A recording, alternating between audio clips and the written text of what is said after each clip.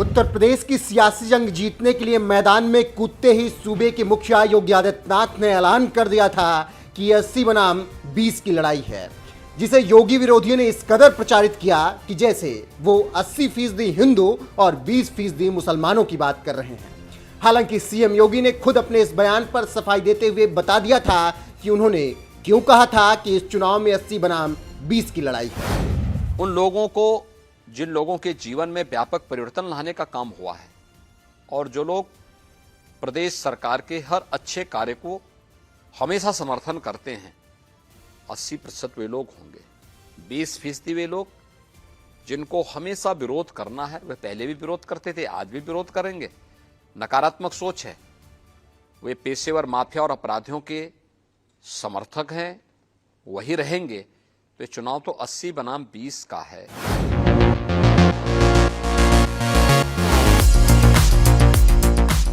80 बनाम 20 वाले बयान पर सफाई देने वाले सीएम योगी ने 7वें चरण के चुनाव से ठीक पहले एक और बड़ा बयान दे दिया। अब वो कह रहे हैं, मुसलमान मुझसे और मैं मुसलमानों से प्यार करता हूं। दरअसल वोटिंग से ठीक पहले एक इंटरव्यू में सीएम योगी आदित्यनाथ ने मुसलमानों के साथ खुद के रिश्ते के बारे में एक बयान दिया था कि मेरा वही रिश्ता उनके साथ है जो उनका रिश्ता मुझसे है। यानी मुसलमान जैसा व्यवहार सीएम योगी के साथ करेंगे, वैसा ही व्यवहार सीएम योगी मुसलमानों के साथ करेंगे। सीएम योगी के इस बयान को लेकर पूरे चुनाव में खूब चर्चाएं हुई और अब जब 7 मार्च को आखिरी चरण के लिए वोट पड़ना था तो उससे ठीक पहले एक इंटरव्यू में सीएम योगी से उनके इसी बयान के बारे में सवाल किया गया तो सीएम योगी ने कहा, मुझसे उनका जैसा व्यवहार है, मेरा उनके साथ वही व्यवहार है। वह मुझसे प्यार करते हैं और मैं उनसे प्यार करता हूं। सीएम योगी का यह बयान उन विरोधियों को करारा जवाब है जो उन्हें और बीजेपी को मुस्लिम विरोधी बताते रहे हैं।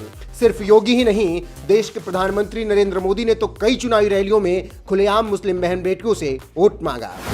जब यूपी में अपराधी कंट्रोल में आए तो इसका लाभ मुस्लिम बहन बेटियों को भी मिला। मुझे खुशी है कि पिछले 7 सालों में स्कूल में, कॉलेजों में मुस्लिम बेटियों की संख्या भी बढ़ रही है। मेरा निरंतर प्रयास रहा है कि कैसे अपनी मुस्लिम बहन बेटियों का जीवन मैं आसान बना सकूं। आप कल्पना कर सकते हैं, आप जरा कल्पना करिए, हर पुरुष कल्पना करे। मैं जो बात बताता हूं, मैं मुसलमान पुरुषों की भी कहता हूं, आप जरा कल्पना कीजिए, मायके से अगर औरत खाली हाथ लौटती है तो फटाक से 3 तलाक दे दिया जाए। ससुराल से पत्नी बाइक लेकर के नहीं भाई तो 3 तलाक दे दी जाए। ससुराल से अपनी पत्नी सोने की चेन लेकर के नहीं आई तो 3 तलाक दे दो।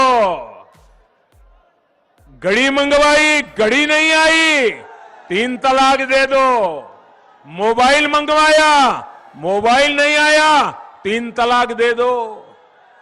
कोई भी छोटी सी बात पर तलाक तलाक तलाक कहकर मुस्लिम महिलाओं का पूरा जीवन बर्बाद हो जाता था।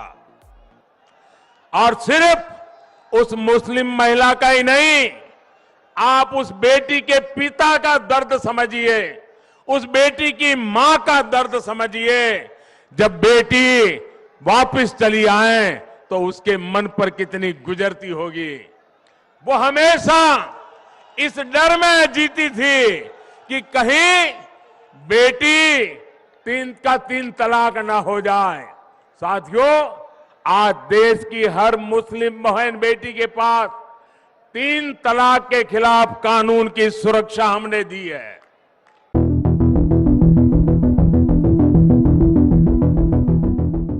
सीएम योगी और पीएम मोदी के ये बयान बता रहे हैं कि विरोधी भले ही मुसलमानों को बीजेपी का डर दिखाते रहे हों, लेकिन बीजेपी के सबसे बड़े नेता माने जाने वाले पीएम मोदी ने खुद साल 2019 में दोबारा सत्ता में आते ही ऐलान कर दिया था कि इस बार हमें मुसलमानों के खिलाफ होने वाले छल में छेद करना है।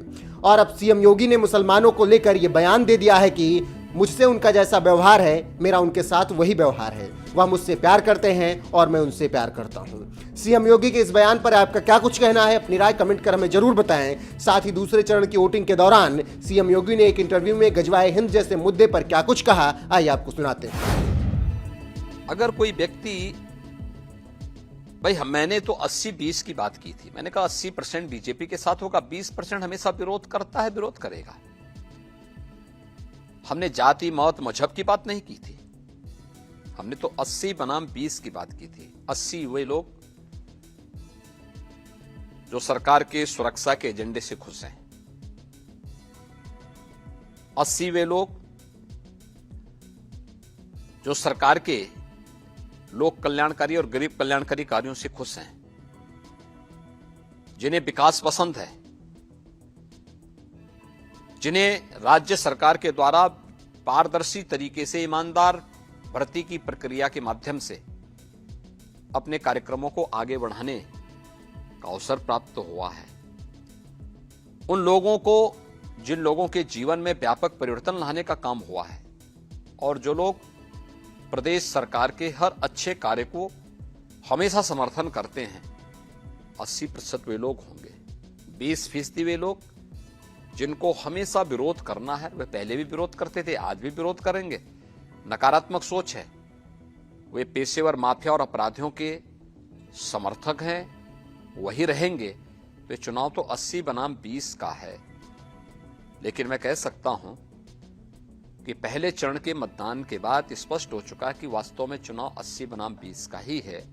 80% से अधिक समर्थन भारतीय जनता पार्टी को प्राप्त हुआ है और 20% जिसको विरोध करना था, जो वैक्सीन का विरोध करता है, अपराधियों के खिलाफ कार्रवाई का विरोध करता है, महिला सुरक्षा का विरोध करता है, गरीबों को दी जाने वाली अन्य योजना का विरोध करता है, हर एक जनपद एक उत्पाद की योजना का विरोध करता है, एक जनपद एक मेडिकल कॉलेज का विरोध करता है, एक्सप्रेस हाईवेज का विरोध करता है। वे हमेशा विरोध करते थे, विरोध करेंगे।